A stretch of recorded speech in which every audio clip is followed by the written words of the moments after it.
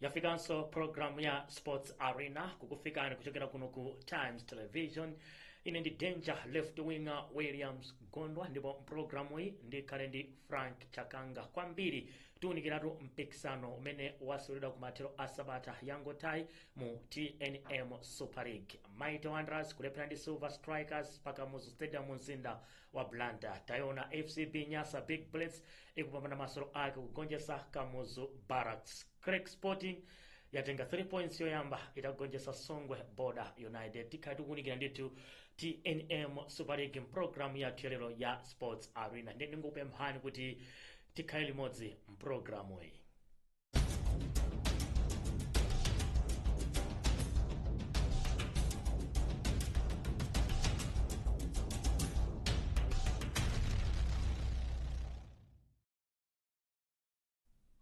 Monga ndinakambira kumayamba program ine kuti no Frank Chakanga ndamene andi join Frank tukulandira program yathu ya Sports Arena. Kugirana kaiza chabwino kubatiko kuti no ndi weekend yabwino. Yeah, weekend yabwino. More especially kuti no anthu ampira fe ndiye kuti tiyamikire Wanderers tiyamikire Silver Strikers. Tinatanganira acho asa game yabwino. Taonera game yabwino yapa mwamba. Yeah, unaonera game. Kati titayamba nkunika nditu mene masoro aendera taona ndito zigoli ziwiri kubwera mu 2 minutes ya kumapeto.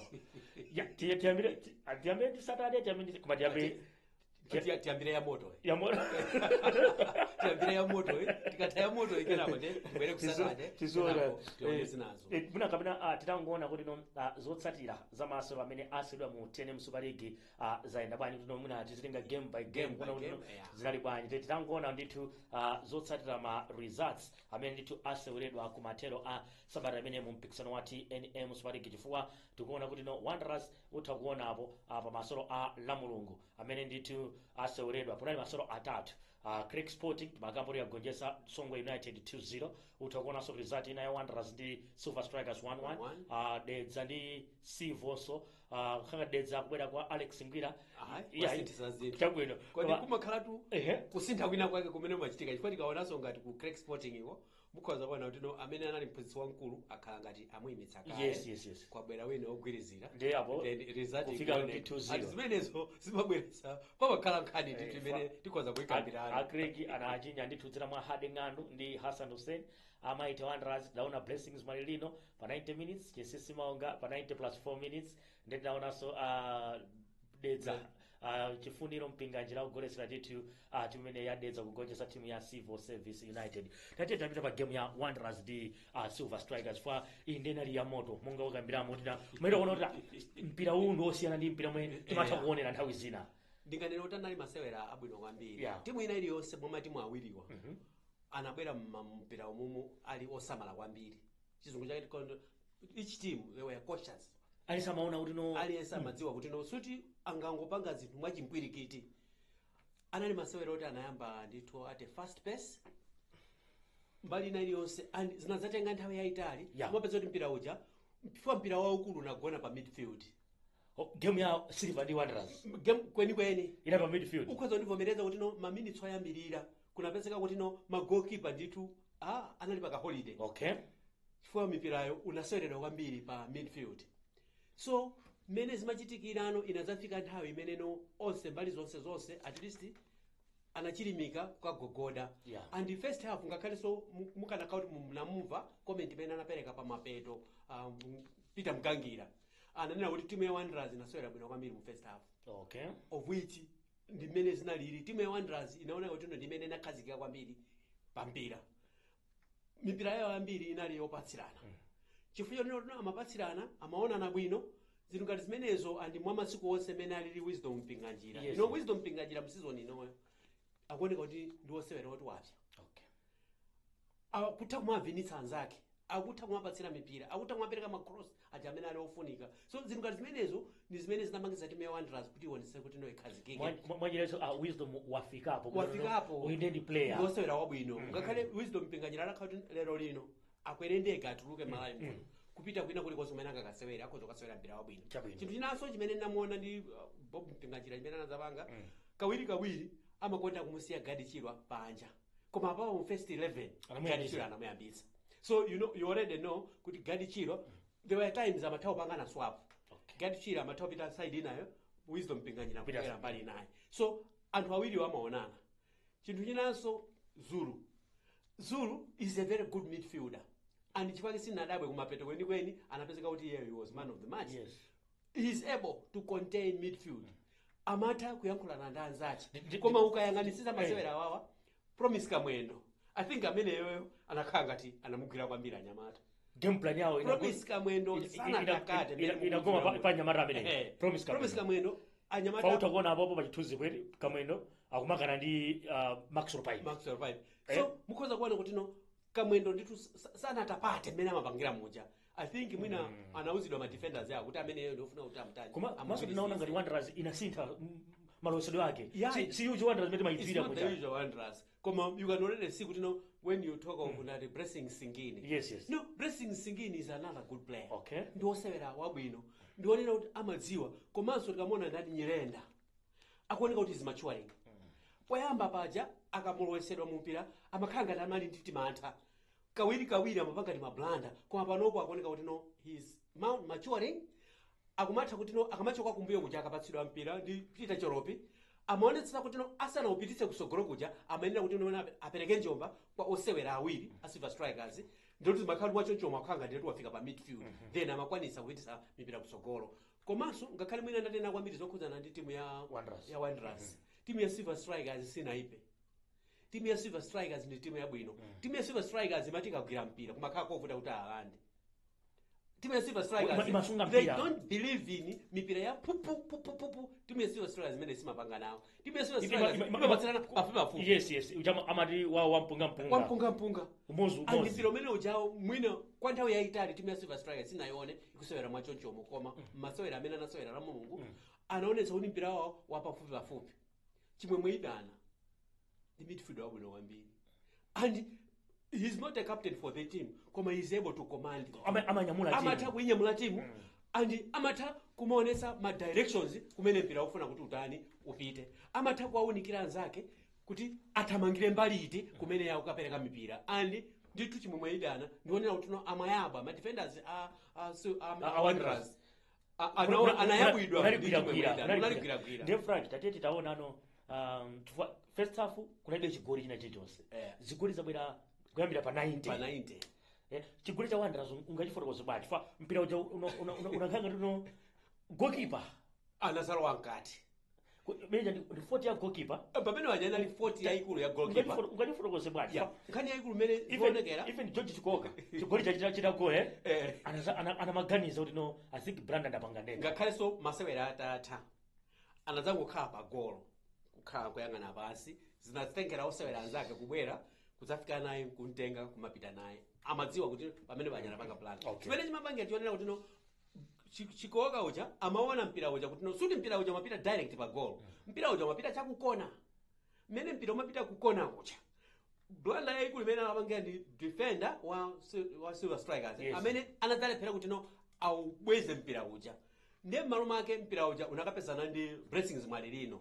So Blessings Mwalilino ukhoza kuona kumene anapanyira uja kunali kutali. Mbuyo muno ma defenders za timu ya Silver Strikers analipo. Koma mmene Blessings Mwalilino uja anaza uponya mpira uja. Then you can already see pace ya mpira mmene watani kumaendera. Ma defenders aja anayesetsa kuti no authamangire mpira uja. Up until unakapeza kuti mu goal. Koma nkhani ya ikulu ndiyo no chifukwa chakuti Chigoka uja amapanga advance ya malowa nkati amaona ngati mwina aupeza nsanga koma eventually he realize tuno mpira usipeza koma kuti aganize zoti akhoza kubwerera kuti akapanga kuti yeye ndi defenders onse kunali kungoyangana mpira ndi Mwalilino anasaso kuti no ndikatswiri fa pero chano kuti goalkeeper chowachoka ama defenders kuti athamangire pa goal zivutira komanso you can already see kuti no Mwalilino he was introduced pa half time. Yes. So mu first 11 poyambira sana ali nawo. Ndi chigoli chichapasa nyonga nakasi ndi wachilendo kuti timu imene. Wachilendo kuti timu imene. Komanso apapa ndikulo kuti no Bob Mpinganjira aona kuna either he could be one of my substitutes amene azibwera or akhoza kumweka even mu first 11 koma waonetsa more especially Mwalilino advantage yake yaikuluso physique yake imathandizira. So akati waima nji ma defenders aja they can have difficulties in the air. Unaona bwanji chigoli cha Silver Strikers free kick ya mtengo wapatali chinsisi maunga amene akuna kuti pakamuzo stadium ba amagolesapo chigoli Amagolesapo chigoli. kwa utaona season yateja akuswera ndi Bullets Yeah. Bullets ngati navutika koma inali free kick yabwino tiyamikireni Yeah, because mukaona so even my defenders are Wanderers acha mmene mpira uja umadutsa ena anakhala ngati amaopatukira foti unabwera kungoti disadvantage imene mapanga cave wachokapanga cave and advantage imene inalipo ndionena kuti no mpira uja umene ngati ukatuluka but eventually wakapanga cave and goalkeeper uja anali pakati bwinobwino anayima pakati bwinobwino koma no kuti no ndi speed ya mpira uja kuti apezeka kuti akapezeka kuti ali kukona kuja sizinganatheka kukudza ukudza but eventually kukudza uja kunali kotani kochedwa ifo akanakhala kuti no he came there pa nthawi yake timely ndikukhulupirira kuti mwina akanathaitha kupanchira kunja amene kupanchira nkati koma mpirawo ndi mmene umabwerera speed yake sukanatheka and zinali zodabwitsa kuti aliyense anazaona kuti no Wanderers chisangalalo chisanathe because pamene wanafika pa 90 minutes tagaiza nuto ola silver amazora pa game yatha even body language ya Peter Mgangira pa line pacha anaonetseratu kuti no thing nkulu zikuoneka kuti zamusokonekera koma in no time kupezeka kuti no zinthu ngati zimeneja zachitika chabwino zinthu zambiri zikhoza kuyankhulidwa ena amanena kuti no mwina it was not supposed to be a foul koma decision imene ifali wapereka final decision and tikungoyenera kuti no Wanderers akungoyenera kuti no avomereze outcome tatiye titaonanso masewero akulenaso amene adalipo loweruka apakati pa FCB Nyasa Big Bullets ndi Kamuzu Barracks KB zigoli unayembe zoti zikhala zambiri chonchicha sindinganene kuti ndimayembekezera kuti zigoli zikhala zochuluka choncho poganizira mmene tikuyidziwira timu ya Kamuzu Barracks yes koma mwina uthenga umene ndingaupitise ku bungwe la Sulo yes ndimaona ngati akamayika ma fixtures ineyo ndimaona ngati ayesetse kupanga level the playing field chifukwa chonena kuti no ngati timu ya KB ikudzasewera ndi timu ya Bullets ndi game yaikulu yes game yovuta ngati timu ya Silver Strikers ikudzasewera ndi timu ya Wanderers ndi game yovuta ndi game yaikulu komano kunapezeka kuti timu ya KB inali ndi game Wednesday imene inasewera ndi timu ya Craig Sporting chabwino zinayendera chifukwa anagonjetsa timu ya Craig Sporting yes komano zachidziwikira kuti atasewera masewera awo lachitatu ndiye kuti kunapezeka kuti aiza lachinayi amene azinyamuka kuti Longwe kumabwera ndiye kuti anyamata asanabwereremo matupi awo akupezeka kuti unabwera kuno Blantyre kudzakonzekera masewera ngati awawa ndiona ngati apapa kwakukulu ndikhoza kunena kuti no bungwe la Sulomu sanayithandize timu ya KB ngati munamva bwinobwino ndemanga imene anapereka Nicholas Muhango ananena kuti ife masewera amenewa sitinakonzekere he didn't elaborate anyway koma munthu kuti umvetsetse nkhaniyo zikutanthauza kuti no auto awawa Asulomu sanapange level the playing field ine ndikanakonda going forward tsogolo muno ngati pali masewera akulu ngati amenewa tiyeni ayilole timu ina iliyonse ikhale ndi wiki yathunthu yoti ikukonzekera kuti akukasewera masewera akulu ngati amenewa or else kuwanakhala kuti no timu ya Bullets nayonso ikhale kuti inali ndi game on Wednesday akukakumana fakuchinyisa zigoli 4 timu ngati Kamuzu Barracks there is a message yes apopo ndiye kuti zimene zikuchuluka kwa zigoli zikutipasa chithunzi yonena kuti timu ya Kamuzu Barracks in a way was affected though it's not an excuse result yosingasinthe koma ndimaona ngati Asulomu chinthu ngati chimene chofunika achiyang'anitsise kuti mawa ndi kuja lino pasakhale zoyankhula zambirimbiri zimene anthu akhoza kuyankhula koma anali masewera abwino kwambiri anali masewera apamwamba komanso mukhoza kuona kuti no anachinya ndithu mwina mu first 3 not 5 minutes Peter Mike Nkwati within a short period of time so mukakhala kuti mukusewera masewera anu aja akakugoletsani kwayambirira zimakhala ngati zawapangani edi Bullets kwambiri imachinya kwambiri zigoli first half zambiri imaonesa kuti no first half ija aonetsetse kuti no achinya and I think that's a very good strategy izizi kutanthauza komanso mukayang'anisa bwinobwino even mponda ujayo panopo akumayesetsa kumasintha even ma positions the other days ndani lungu akupeza kuti no nthawi inake akukasewera ngati midfield nthawi inake akumamuseweretsa ngati kumbuyo kubwerera chakumbuyo so apapo zikutanthauza kuti no akhoza kwasintha osewerawo ma positions osiyanasiyana zimene zikhoza kuthandizira kuti osewera aliyense azitha kudziwa kuti ndikhoza kusewera position yakuti ndikhoza kusewera position yakuti ndikhoza kusewera position yakuti komanso titafika mu second half kuladzapeza kuti osewera 4 anatulutsa ulendo wa Babatunde ndanzawo kwatulusa ncholinga chonena kuti no I think game apa amazoti pa 4 game yarani yeah, then it was straight win ya Craig ndi Songwe Craig Sporting maso naonaso zikuli 6 Brigos kutinya Mzuzu City Hammers Mzuzu City Hammers zawo so sizikuyenda koma mwina ndiyang'anika inkhani game ya Craig Sporting ndikupewa kuti no ndi chinthu chabwino yes fapanga zinthu zinafika povuta ponena kuti no at least osewera abwino anapsainira nyamata ndithu ochuluka amene ife timayembekeza kuti no kuchuluka kwa osewera abwino amene alemba mu season iyi timaona ngati zimenezo direct translate into kuti timu yawo izichita bwino koma the way imene anayambira sanayambe bwino komanso ndi suspension imene yachitika ija imene ampanga suspend head coach wa Joseph Kamwendo kumbweretsa wina trend yitu ikufananira ndi chaka chatha ichi koma peza kuti anginde tetemera akapanga suspend kwabweretsa Joseph Kamwendo you could see the results coming chipoti modziso zikutaniso zikuchitika koma apopo kuti no apeza 3 points yawo yoyamba ndi chinthu chabwino kwambiri komanso tikayang'ana Mzuzu City Hammers mu season inoyo ndiona ngati pena sizikuyenda more especially ndi pamene anathera mu season yapita ija season yapita ija inali timu yabwino inali timu yonena kuti no imaopsa koma mu season ino ndiona ngati mwina ati apemphe ndithu amkandawire kuti ayesetse kuti no aone kuti kodi atani apanga inject mangolomera otani mu timu yawo kuti ikhoza kuyamba kuchita sobwino chabwino ena nkotera kuti mungoti joina kumene mungonera iyi ndi programu ya Sports Arena kukufikani kuno ku Times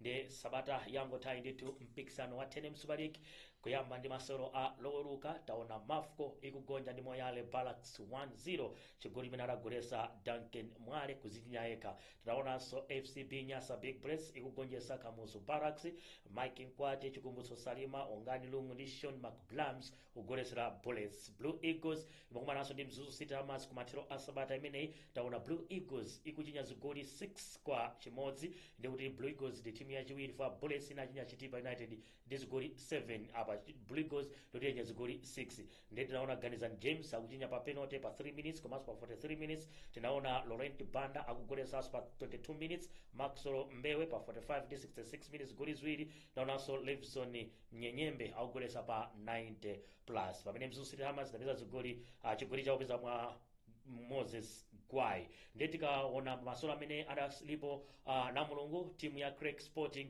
kugonjesa timu ya Songwe Border United ndi zigoli ziwiri kwa Chilowere Hade Ng'ano ndi Hassan Hussein adagolesera timu ya Craig Mighty Wanderers ndi Silver Strikers 1-1 uku Blessings Malino Wanderers kugoletsa Chisisimonga Silver Strikers kugoletsa Naranso Premier Bet Dedza Dynamos Pansi Pampus watsopano Alex Ngira akugonjesa anyamata Sivo 1-0 ndi mwina titangonano log table chabwino results ndamene onditi monga timakambira koma timafuna tingonano log table no tsopano tisanapite ku break nkuona kuti no kuti log table ikuoneka bwanji tena akono tikapita ku break tibweranso ndithu ndi kuona no weekend fati kuli kanthu kokathu ndi scissors log table ndimeneyo ndoti gap ndi 5 tsopano yes utakuona kuti Bullets ili ndi 18 points pa number 6 Wanderers ili pa number 2 ndi 13 points ndoti Wanderers ili ndi game in hand tiona eka ikono tino sikutuluka kwambiri munthu ikatuluka top 3 ikumaza bwerera monso ndoti ndi 12 points ndoti Brigos ndimene akwera ano kwambiri fire pa number 4 ili ndi 11 points ndeti kaona pansi penipeni ndikuti anzathu Songwe United ali ndi point imodzi pa games ali ndi 4 points Chitipa United ali ndi 5 civil service ataigazi zukhanga zaita chabwino tipite ku break Frank kenako tibwere ndi gawo lachiwiri la program ine ya Sports Arena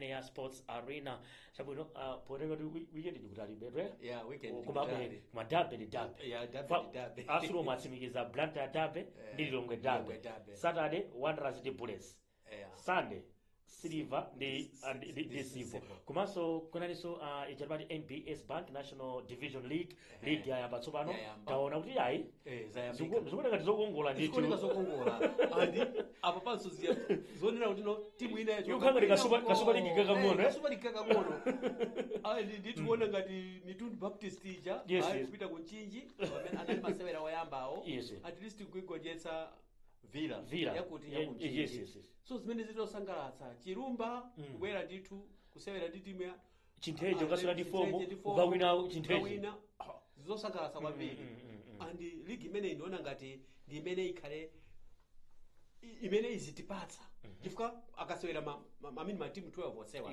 akasewera ndikuti out of these tizipezapo atatu ndikuti amene apeza kuti no number 1 number 2 number 3 azikhala kuti no asewera mipira yaonera kuti no ayenda mitunda itali akwanisa azolowera points azolowera and zinthu ngati zimenezo ndiona ngati kuti no njira iyi itithandizira komanso tu akunena kuti no muligi ngati imeneyi anena kuti no akuonetsa kuti no kupatuka kuti no asewera mwina ena akuluakulu maplayer akuluakulu koma akuti under 20 azipakamizidwa matimu azisaina under 20 amene watani apezekemo so zinthu ngati zimenezo tikuloto zithandizira kupanga improve masewera amenewa tiyayamikire afamu komanso tiyayamikire NBS Bank chifukwa chakubwera ndikupereka ndalama yoti ithandizire matimu ngati amenewa ndikuloto tino mpikisano umene ukafika potentha zithandizira kuti timu imene iti zapezeka kuti kapena matimu atatu amene azapezeka kuti no akukwanitsa kukalowa mu Super League ndikuloto tino azakhala kuti apya atyakuka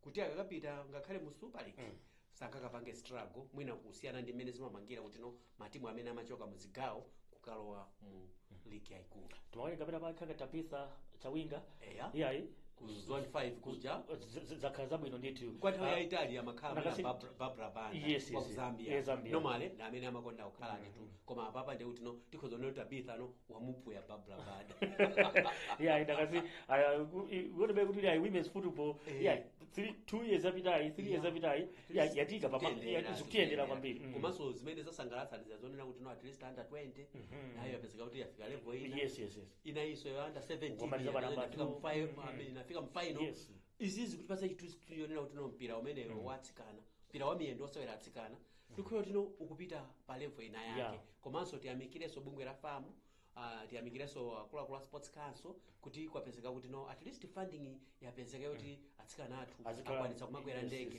kumapita ku mipikisano yosiyanasiyana timafuna so tingonera pang'ono simaligi tamaliza kulayako kumene kucha Liverpool avakidwa ufumu ku Italy taona Napoli ku Germany ndoti Bayern Munich ku France PSG basi tikoti season Champions League so and mukaona mene lili ngati timu ya Chelsea timu ya Chelsea had it been kuti they lost game yawe iyi ndikuti akanakhala kuti no sakanasera na Champions League mundivomereza kuti no season itu anga awiri apapa anapeza kuti sana pange nawo koma panopo apanga qualify chimodzimodzinso mwina tikaona ku Real Madrid akonso ndiwoti no Xavi Alonso wakatenga ntchito koma ndikuti wakatenga ntchito yolemera amene wakatenga ntchito yolemera kwapita zimuyendera ngati zake Vincent Kompany anapita ku Bayern ngati mukumbukira bwinobwino kuti anthu ambiri akunena kuti no timu ya Real Madrid osewerawo ambiri ndiwoti akuluakulu so pempho limene anthu ali nalo ambiri ndionera kuti no apange inject